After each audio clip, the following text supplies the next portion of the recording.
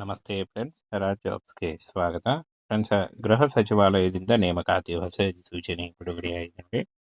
ಸಂಪೂರ್ಣವಾಗಿ ಈ ಒಂದು ಹುದ್ದೆಗಳು ಆಫ್ಲೈನ್ ಅರ್ಜಿ ಸಲ್ಲಿಕೆ ಇರುತ್ತೆ. ಆಫ್ಲೈನ್ ಮೂಲಕ ಅಪ್ಲಿಕೇಶನ್ ಫಾರ್ಮ್ ಅನ್ನ ಫಿಲ್ ಮಾಡಿ ಯಾವ ರೀತಿಯಾಗಿ ನೀವು ಕಳಿಸ್ಕೊಡ್ಬೇಕು ಅದನ್ನು ಕೂಡ ತಿಳಿಸ್ಕೊಡ್ತೀರಿ. ಆಫ್ಲೈನ್ ಅರ್ಜಿ ಸಲ್ಲಿಕೆ ಇರುತ್ತೆ ನೋಡಿ. ಈ ಒಂದು ಹುದ್ದೆಗಳಿಗೆ ಪುರುಷ ಮತ್ತು ಮಹಿಳಾ ಅಭ್ಯರ್ಥಿಗಳು ಇಬ್ಬರು ಅರ್ಜಿಗಳನ್ನ ಸಲ್ಲಿಸಬಹುದು. ಗೃಹ ಸಚಿವಾಲಯದಿಂದ ನೇಮಕಾತಿ ಆಗಿರುತ್ತೆ.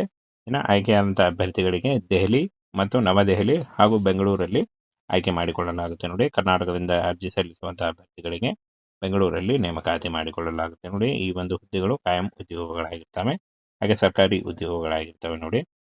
20 ಏಪ್ರಿಲ್ 2026 ಅರ್ಜಿ ಸಲ್ಲಿಸಲಿಕ್ಕೆ ಕೊನೆಯ ದಿನಾಂಕ ಆಗಿರುತ್ತೆ ನೋಡಿ. ಈ ಒಂದು ಕೊನೆಯ ದಿನಾಂಕದೊಳಗಾಗಿ ನೀವು ಆಫ್ಲೈನ್ ಮುಖಾಂತರ ಅರ್ಜಿಗಳನ್ನು ಸಲ್ಲಿಸಬೇಕಾಗುತ್ತೆ. ಇನ್ನು ಫ್ರೆಂಡ್ಸ್ ನೋಡಿ, ಇಲ್ಲಿ ಕಾಣಿಸ್ತಾ ಇದೆ ಗೃಹ ಸಚಿವಾಲಯದ ಹುದ್ದೆಗಳಾಗಿರ್ತವೆ. ಸಂಸ್ಥೆ ಹೆಸರು ಗೃಹ ಸಚಿವಾಲಯ ಆಗಿರುತ್ತೆ ನೋಡಿ. ಇನ್ನು 23 ಹುದ್ದೆಗಳಿದ್ದಾವೆ ನೋಡಿ. ಟೋಟಲ್ ಆಗಿ 23 ಹುದ್ದೆಗಳಿದ್ದಾವೆ. ಉದ್ಯೋಗ ಸ್ಥಳ ಆಯ್ಕೆಯಾದಂಥ ಅಭ್ಯರ್ಥಿಗಳಿಗೆ ದೆಹಲಿ, ನವದೆಹಲಿ ಮತ್ತು ಬೆಂಗಳೂರು ಕರ್ನಾಟಕದಲ್ಲಿ ನೇಮಕಾತಿ ಮಾಡಿಕೊಳ್ಳಲಾಗುತ್ತೆ ನೋಡಿ. ಹಾಗೇನ P1 ಡ್ರೈವರ್ ಮತ್ತು ನಿರ್ದೇಶಕ ಹುದ್ದೆಗಳಾಗಿರ್ತವೆ. 47,000ದಿಂದ 2 ಲಕ್ಷದವರೆಗೂ ಪರ್ ಮಂತ್ ಸ್ಯಾಲರಿ ಆಗಿರುತ್ತೆ ನೋಡಿ. ಇನ್ನು ಫ್ರೆಂಡ್ಸ್, ಪೋಸ್ಟ್ ಹೆಸರು ಹಾಗೂ ಪೋಸ್ಟ್ ಸಂಖ್ಯೆ ಮತ್ತು ತಿಂಗಳಿಗೆ ಸಂಬಳ ನೋಡಿ. ನಿರ್ದೇಶಕರು 1 ಹುದ್ದೆ ಇದೆ, ಸಹ ನಿರ್ದೇಶಕರು 5 ಹುದ್ದೆ, ಸಹಾಯಕ P1 ಮತ್ತು ಡ್ರೈವರ್ ನೋಡಿ. ಈ ಒಂದು ಹುದ್ದೆಗಳು ಕೂಡ ಇದ್ದಾವೆ. 17 ಹುದ್ದೆಗಳಿದ್ದಾವೆ. ಹಾಗೇನ ಫ್ರೆಂಡ್ಸ್, ಈ ಒಂದು ಹುದ್ದೆಗಳಿಗೆ 67,000ದಿಂದ 1 ಲಕ್ಷದವರೆಗೂ ಪರ್ ಮಂತ್ ಸ್ಯಾಲರಿ ಆಗಿರುತ್ತೆ ನೋಡಿ. ಶೈಕ್ಷಣಿಕ ಅರ್ಹತೆಯನ್ನು ನೋಡೋದಾದರೆ 10th PUC ಮತ್ತು ಡಿಗ್ರಿ, ಹಾಗೂ ನೀವು ಏನಾದರೂ ಸ್ನಾತಕೋತ್ತರ ಪದವಿ ಮಾಡ್ಕೊಂಡಿದ್ರು ಕೂಡ ನೀವು ಈ ಒಂದು ಹುದ್ದೆಗಳಿಗೆ ಅರ್ಜಿಗಳನ್ನು ಸಲ್ಲಿಸಬಹುದಾಗಿರುತ್ತೆ. 54 ವರ್ಷದ ಒಳಗಿನವರು, OBC ಅಭ್ಯರ್ಥಿಗಳಿಗೆ 3 ವರ್ಷ, SC/ST ಅಭ್ಯರ್ಥಿಗಳಿಗೆ 5 ವರ್ಷ, ಹಾಗೂ PWD ಅಭ್ಯರ್ಥಿಗಳಿಗೆ 10 ವರ್ಷಗಳ ವಯೋಮಿತಿ ಸಲ್ಲಿಕೆ ಕೂಡ ಇರುತ್ತೆ ನೋಡಿ. ಆದಷ್ಟು ನಿಮ್ಮ ವಯಸ್ಸನ್ನು ಲೆಕ್ಕಾಚಾರ ಮಾಡಿಕೊಂಡು ಈ ಒಂದು ಹುದ್ದೆಗಳಿಗೆ ಅರ್ಜಿಗಳನ್ನು ಸಲ್ಲಿಸಬಹುದಾಗಿರುತ್ತೆ. ಅನೇಕ ನೇಮಕಾತಿ ಇರುತ್ತೆ ನೋಡಿ. ಯಾವುದೇ ರೀತಿಯಾದಂಥ ಲಿಖಿತ ಪರೀಕ್ಷೆ ಆಗಲಿ, ಯಾವುದೇ ರೀತಿಯಾದಂಥ ಅರ್ಜಿ ಶುಲ್ಕ ಆಗಲಿ ಕೂಡ ಇರಲ್ಲ ನೋಡಿ. ನೀವು ನೇರವಾಗಿ ಅರ್ಜಿಗಳನ್ನು ಸಲ್ಲಿಸಬಹುದು. ಅಪ್ಲಿಕೇಶನ್ ಫಾರ್ಮ್ ನೋಡಿ, ನೋಟಿಫಿಕೇಷನ್ನಲ್ಲಿ ಕೊನೆಯ ಒಂದು ಪೇಜ್ನಲ್ಲಿ ಅಪ್ಲಿಕೇಶನ್ ಫಾರ್ಮ್ ಇರುತ್ತೆ, ಅದನ್ನು ಡೌನ್ಲೋಡ್ ಮಾಡ್ಕೊಳ್ಳಿ ನೋಡಿ. ನಮ್ಮ ಟೆಲಿಗ್ರಾಮ್ ಚಾನಲ್ ಇರುತ್ತೆ ನೋಡಿ, ಅಲ್ಲಿ ಹೋಗಿ ನೀವು ಜಾಯಿನ್ ಆಗಿ ಅದನ್ನು ಡೌನ್ಲೋಡ್ ಮಾಡಿಕೊಂಡು ಈ ಒಂದು ಅಡ್ರೆಸ್ಗೆ ನೀವು ಪೋಸ್ಟ್ ಮುಖಾಂತರ ಕಳಿಸ್ಕೊಡ್ಬೇಕಾಗುತ್ತೆ ನೋಡಿ. ಅಂಡರ್ ಸೆಕ್ರೆಟರಿ ಎಸ್ಟೇಟ್ ನೋಡಿ, ಗೃಹ ವ್ಯವಹಾರಗಳ ಸಚಿವಾಲಯ, ಅಂಧೇರಿಯ ಮೋರ್, ವಸಂತ ಕುಂಜ್ ರಸ್ತೆ, ನವದೆಹಲಿ 10074 ಈ ಒಂದು ಅಡ್ರೆಸ್ಗೆ 20 ಏಪ್ರಿಲ್ 2026 ಮೊದಲು ನೀವು ಅರ್ಜಿಗಳನ್ನ ಸಲ್ಲಿಸಬೇಕಾಗುತ್ತೆ ನೋಡಿ. 6 ಮಾರ್ಚ್ 2026 ಅಂದರೆ ಆಲ್ರೆಡಿ ಅರ್ಜಿ ಸಲ್ಲಿಕೆ ಶುರುವಾಗಿದೆ ನೋಡಿ. 20 ಏಪ್ರಿಲ್ 2026 ನೀವು ಅಪ್ಲೈ ಮಾಡಲಿಕ್ಕೆ ಕೊನೆಯ ದಿನಾಂಕ ಆಗಿರುತ್ತೆ ನೋಡಿ. ಬನ್ನಿ, ಈಗ ಅಪ್ಲಿಕೇಶನ್ ಫಾರ್ಮನ್ನು ಕೂಡ ತಿಳಿಸ್ಕೊಡ್ತೀನಿ ನೋಡಿ. ಫ್ರೆಂಡ್ಸ್, ಇಲ್ಲಿ ಕಾಣಿಸ್ತಾ ಇದೆ ನೋಡಿ, ಅಪ್ಲಿಕೇಶನ್ ಫಾರ್ಮಲ್ಲಿ ಅಂದರೆ ನೋಟಿಫಿಕೇಷನ್ನಲ್ಲಿ ಈ ಒಂದು ಅಪ್ಲಿಕೇಶನ್ ಇರುತ್ತೆ ನೋಡಿ. ಇಲ್ಲಿ ನೀವು ಯಾವ ಪೋಸ್ಟ್ಗೆ ಅಪ್ಲೈ ಮಾಡ್ತಾ ಇದ್ದೀರಾ ಅದನ್ನು ಬರೀರಿ, ಹಾಗೆ ಹೆಸರು, ಡೇಟ್ ಆಫ್ ಬರ್ತು, ಮತ್ತು ಫ್ರೆಂಡ್ಸ್ ನೋಡಿ ಸಿಂಪಲ್ ಆಗಿರುವಂಥ ಅಪ್ಲಿಕೇಶನ್ ಫಾರ್ಮ್ ಇದೆ. ಇದನ್ನು ಡೌನ್ಲೋಡ್ ಮಾಡಿಕೊಂಡು ನೀವು ಪೋಸ್ಟ್ ಮುಖಾಂತರ ಕಳಿಸ್ಕೊಡ್ಬೇಕಾಗುತ್ತೆ. ಪೋಸ್ಟಲ್ ಅಡ್ರೆಸ್ಸನ್ನು ಕೂಡ ತಿಳಿಸ್ಕೊಡ್ತೀನಿ ನೋಡಿ. 19, 20, 21 ಈ 3 ಪೇಜ್ ಇದಾವೆ ನೋಡಿ.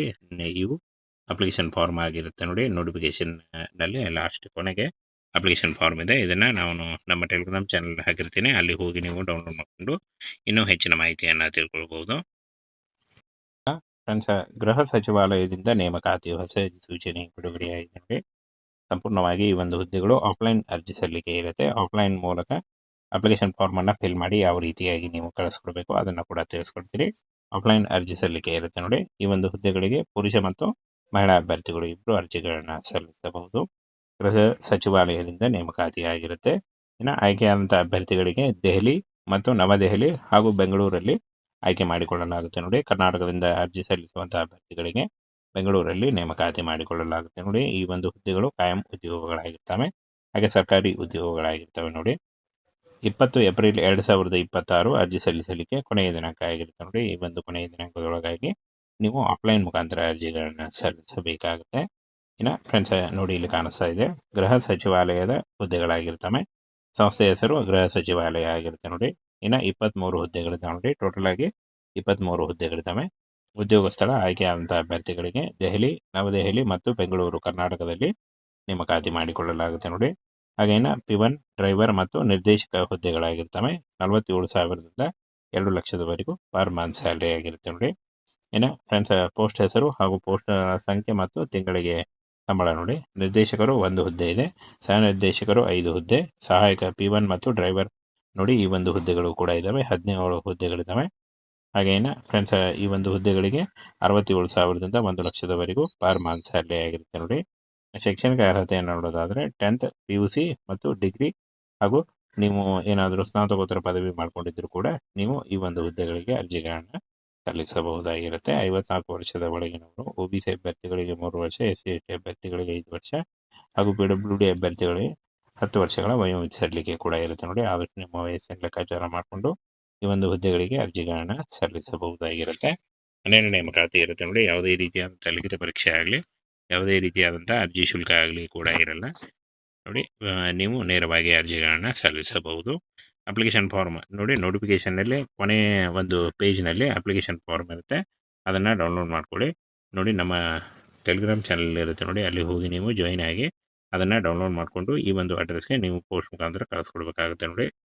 ಅಂಡರ್ ಸೆಕ್ರೆಟರಿ ಎಸ್ಟೇಟ್ ನೋಡಿ, ಗೃಹ ವ್ಯವಹಾರಗಳ ಸಚಿವಾಲಯ, ಅಂಧೇರಿಯ ಮೋರ್ ವಸಂತ ಕುಂಜ್ ರಸ್ತೆ, ನವದೆಹಲಿ 10074 ಈ ಒಂದು ಅಡ್ರೆಸ್ಗೆ 20 ಏಪ್ರಿಲ್ 2026 ಮೊದಲು ನೀವು ಅರ್ಜಿಗಳನ್ನ ಸಲ್ಲಿಸಬೇಕಾಗುತ್ತೆ ನೋಡಿ. 6 ಮಾರ್ಚ್ 2026 ಅಂದರೆ ಆಲ್ರೆಡಿ ಅರ್ಜಿ ಸಲ್ಲಿಕೆ ಶುರುವಾಗಿದೆ ನೋಡಿ. 20 ಏಪ್ರಿಲ್ 2026 ನೀವು ಅಪ್ಲೈ ಮಾಡಲಿಕ್ಕೆ ಕೊನೆಯ ದಿನಾಂಕ ಆಗಿರುತ್ತೆ ನೋಡಿ.